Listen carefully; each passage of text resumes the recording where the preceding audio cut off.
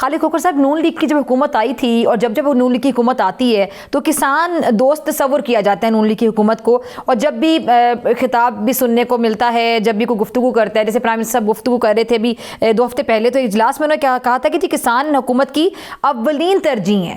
तो जब किसान हुकूमत की अव्वलीन तरजीह है, नून लीग दावा भी करती है, तो फिर किसान खुश क्यों नहीं है? जी बहुत शुक्रिया। एक्चुअली इशू ये है, किसान का हुकूमत से मसला नहीं, किसान को उसकी पैदावारी लागत नहीं मिल रही, यानी कि यहाँ तक है कि उसकी कास्ट ऑफ प्रोडक्शन भी उसको वापस तो किसने लेके देनी मिल रही, और फसलों का रेट इतना कम हो चुका है तो किसने लेके देनी है? पैदावारी लागत, किसानों का मसला हल किसने करना है? देखें, ये हुकूमत का काम है ना। तो फिर आप कह रहे हैं हुकूमत से आपको मसला ही नहीं है, ये जो आपका गिला है ये किससे है? मुझे अगर 1 मिनट बात करने देंगी। असल प्रॉब्लम शुरू हुआ है गंदम से। अच्छा, गंदम की गलत मार्केटिंग की वजह से और उसको डीरेगुलेट करने से ये सारा मसला पैदा हुआ है कि कभी डीरेगुलेट किया गया, कभी रेगुलेट किया गया, क्योंकि गंदम हमारी एक मेजर फसल है, तमाम फसलों का इंजन है। गंदम की फसल ठीक होगी तो बाकी फसलें ठीक होंगी। उसकी मिसाल ये है कि जब हमें गंदम का रेट 3900 मिला तो हमने आपको ग्रोथ दी 6.25। जब हमें गंदम का रेट नहीं मिला तो मेजर फसलों की हमने इस साल आपको पिछले साल ग्रोथ दिया -13.49। हुकूमत को यही बात सोचनी चाहिए कि अगर गंदम का रेट नहीं मिलेगा तो बाकी फसलें भी ठीक नहीं होगी। उसकी वजह यह है, अब जब गंदम का रकबा खाली हुआ है, जब वहाँ पे कमी काश्त में कमी आई है, तो वहाँ पे आलू काश्त हो गया, गोभी काश्त हो गई, ये ज़्यादती हो गई। यानी कि पहले हम आलू उगाते थे मैक्सिमम 8 मिलियन टन, इस दफ़ा 12 मिलियन टन है, पिछली दफ़ा 9.8 मिलियन टन था। अब 12 मिलियन टन की खपत कहाँ पे हो गई? फिर एक्सपोर्ट रुक गई, बॉर्डर बंद हो गया, उससे भी प्रॉब्लम हुआ। इस वक्त काश्तकार के तो बहुत ही बुरे हालात हैं। जिस तरह एसएम तनवीर साहब ने फरमाया था 2 दिन पहले एक प्रेस कॉन्फ्रेंस में कि टेक्सटाइल इंडस्ट्री वेंटिलेटर पे है, तो मैं ये समझता हूँ ये तो बिल्कुल जो ज़राअत है वो मरने के करीब है। वेंटिलेटर से भी काम आगे जा चुका, वेंटिलेटर भी इसको काम नहीं देगा। उसकी वजह यह है कि हुकूमत उस तरफ सोच ही नहीं रही, देखे ना। और फिर यह है कि बहुत सारी जगहों के ऊपर अब आप तरजीहात खुद देखें। इन 3 सालों में 12वां फेडरल सेक्रेटरी है फूड सिक्योरिटी का। आप खुद अंदाजा कि कहाँ पे क्या काम हो सकता है। एक इंडियन आर्टिस्ट थी समिता पाटिल, तो उसको कैंसर हो गया, तो उसकी मैंने एक स्टेटमेंट पढ़ी, वो लिखती है कि जब मुझे मालूम हुआ जीवन किया तो जीवन नहीं रहा। तो जब हमारे फेडरल सेक्रेटरी को पता चलता है ज़राअत क्या है तो वो ज़राअत में नहीं होता। इसी तरह हमारा जो सबसे इंपॉर्टेंट डिपार्टमेंट है जिसके थ्रू हमारी इंपोर्ट एक्सपोर्ट होती है वो डीपीपी है, department of plant protection. SM Tanveer साहब इसको समझते हैं। अब उसमें आकर नॉन टेक्निकल लोग बिठा दिए गए डीजी ऊपर, और मैं उसका पूरा डेटा प्रोवाइड कर सकता हूँ कि जब भी एक कोई नॉन टेक्निकल बंदा आके बैठा है तो आपकी एक्सपोर्ट में बहुत ज़्यादा कमी आ गई। अब आप ये देखें ना कि एक्सपोर्ट में कोई $2-3 बिलियन का फ़र्क पड़ गया है, और आपकी इंपोर्ट बढ़ गई है। यानी कि इस वक्त कॉटन की इंपोर्ट को 300% बढ़ गई, और अगले साल कपास पाकिस्तान में बहुत कम कास्ट होगी, जिससे बहुत ज़्यादा प्रॉब्लम होगा। दोनों का यही मसला है, टेक्सटाइल इंडस्ट्री का भी यही मसला है कि हमारे पास पैदावारी लागत में लेवल प्लेइंग फील्ड नहीं है रीजन के साथ। तो इसी तरह टेक्सटाइल का भी यही मसला है, ज़राअत का भी यही मसला है, दोनों का यही मसला है इस वक्त। तो हुकूमत को चाहिए, हुकूमत बैठे इसके ऊपर बैठ के सोचे कि काश्तकार को किस तरीके से उसका जो ज़राअत का शोबा है वो बाइज्जत और मुनाफा बख्श बनाया जाए। पहले गंदम का काश्तकार मारा गया, कपास का काश्तकार मारा गया, अब आलू और किन्नू का काश्तकार मारा जा रहा है। अब आलू के काश्तकार की तो इतनी तबाही हो चुकी है, अब आप ये देखें कि उसका आलू आप सुन के हैरान हो गई कि मैक्सिमम 10 रुपये किलो बिक रहा है। हाँ, एंड कंज्यूमर जो खरीद कर रहा है वो भी मर रहा है। एंड कंज्यूमर वो आज भी अगर आप गुलबर्ग लाहौर में आके खरीदें तो वो 70-80 रुपये होगा। ये हमारा मार्केटिंग मैकेनिज्म है। यानी कि मोहतरमा सलमा भट्ट साहबा काश्तकारों के खिलाफ तो बातें करती रहती हैं, यानी कि काश्तकार का इस्तेसाल करती हैं अपने अगर उनकी कारकर्दगी देखी जाए तो ज़ीरो से भी कम है। मैं वाज़ेह कह रहा हूँ, ज़ीरो से भी कम है, क्योंकि उसे ज़राअत का नहीं पता। अब मैं तो हुकूमत से इस वक्त रिक्वेस्ट करता हूं कि खुदा के लिए ये मार्केटिंग जो है ना वापसी एग्रीकल्चर डिपार्टमेंट को दे दे, इनका काम नहीं है। या अगर ये मिनिस्ट्री अलग रखनी है प्राइस कंट्रोल की तो उसके ऊपर कोई अहल बंदा आके बिठाएं जो कम अज़ कम ये काम चला सके। चंगेज़ खान के हिस्टोरिकल वर्ड है, उसने कहा था कि मैंने अपनी पूरी लाइफ में एक दफ़ा भी जुल्म नहीं किया। सुनने वाले हैरान शशदा रह गए कि जिसने खून के दरिया बहाए वो कहता मैंने जुल्म नहीं किया। तो उसने तशरीह की कि मैंने पूरी लाइफ में किसी लाई के ऊपर नालायक नहीं बिठाया।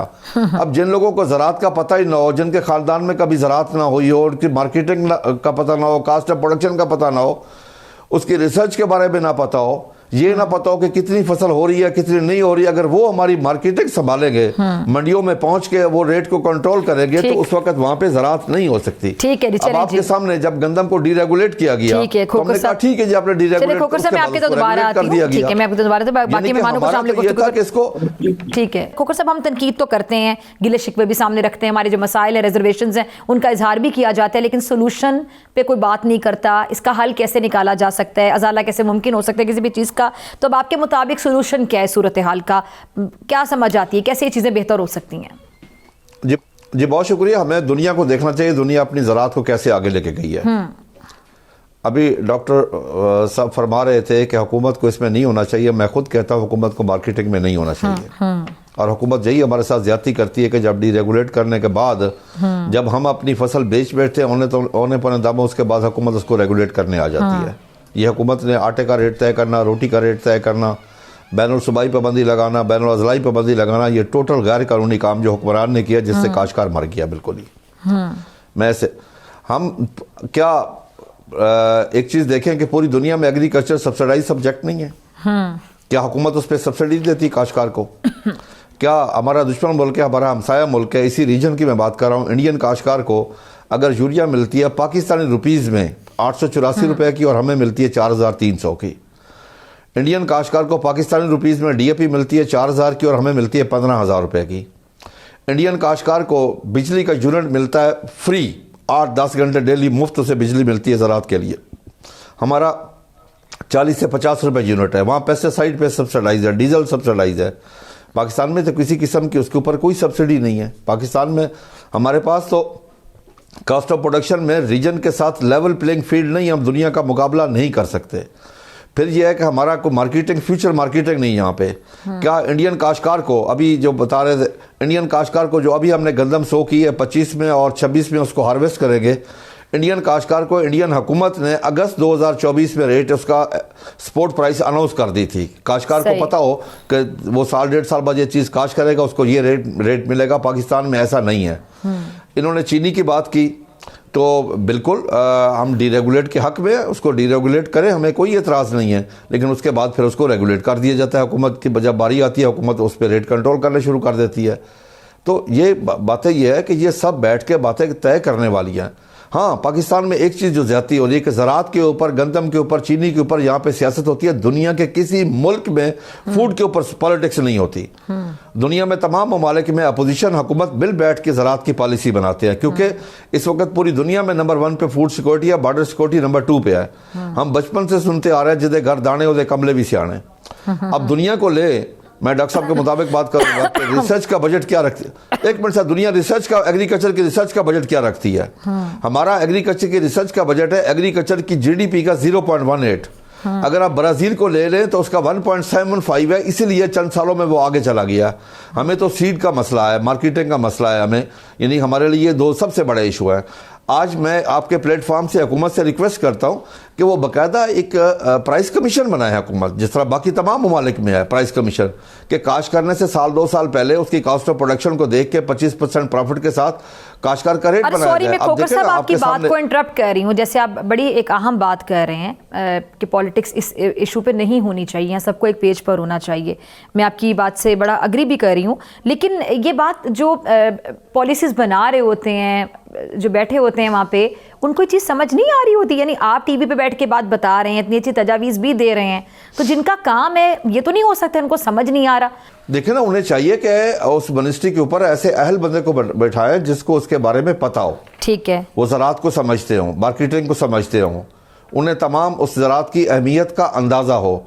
अब किसी को उसकी कॉस्ट ऑफ प्रोडक्शन का नहीं पता, उसकी रिसर्च के बारे में नहीं पता, काश्तकार की पैदावारी लागत का नहीं पता, वो क्या करेंगे? उन्होंने तो एक चीज़ की खुशी बनाई कि हमने रोटी 14 रुपए की कर दी। यही एक बात की कि रोटी 14, हमने गंदम हमने सस्ती कर दी, 1900-2000 में बिक गई है। यानी कि उन्होंने इस चीज़ को कैश करने की कोशिश की। ये नहीं सोचा कि काश्तकार की पैदावारी लागत क्या है, उससे मुल्क को नुकसान क्या होगा। अब आपके सामने जो इस साल का नुकसान, मैं 1 साल का नुकसान बता रहा हूँ, आपकी 90% चिल्ली की एक्सपोर्ट में कमी आई है, मिर्च की एक्सपोर्ट में 70% मक्की की एक्सपोर्ट में कमी आई है, कुछ 40% फ्रूट वेजिटेबल की एक्सपोर्ट में कमी आई है। अब 30-35% पहुंच गई यकदम इसकी चावल की एक्सपोर्ट में कमी आ गई है, और अगर कॉटन की इंपोर्ट में है तो 340% इजाफा हुआ है।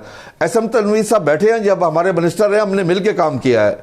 एक साल में हमने मिल के कोशिश करके तकरीबन पैदावार को डबल किया था, कॉटन की पैदावार को, वो वापस हाफ हो गई, आधी रह गई है इस वक्त। अब आप खुद अंदाजा कर लें कि तरजीहात ना होने की वजह से क्या होता है। अब आपकी, मैंने 92 में काश्तकारी शुरू की थी, हमारी कपास की प्रोडक्शन थी 1 करोड़ 28 लाख बेल, इंडिया था 1 करोड़ 10। आज इंडिया 4 करोड़ पे चला गया है और हम 5.3 मिलियन पे, यानी कि 53 लाख पे चलिए एसएम तनवीर साहब से मैं समझूंगी कि इसकी क्या वजह है।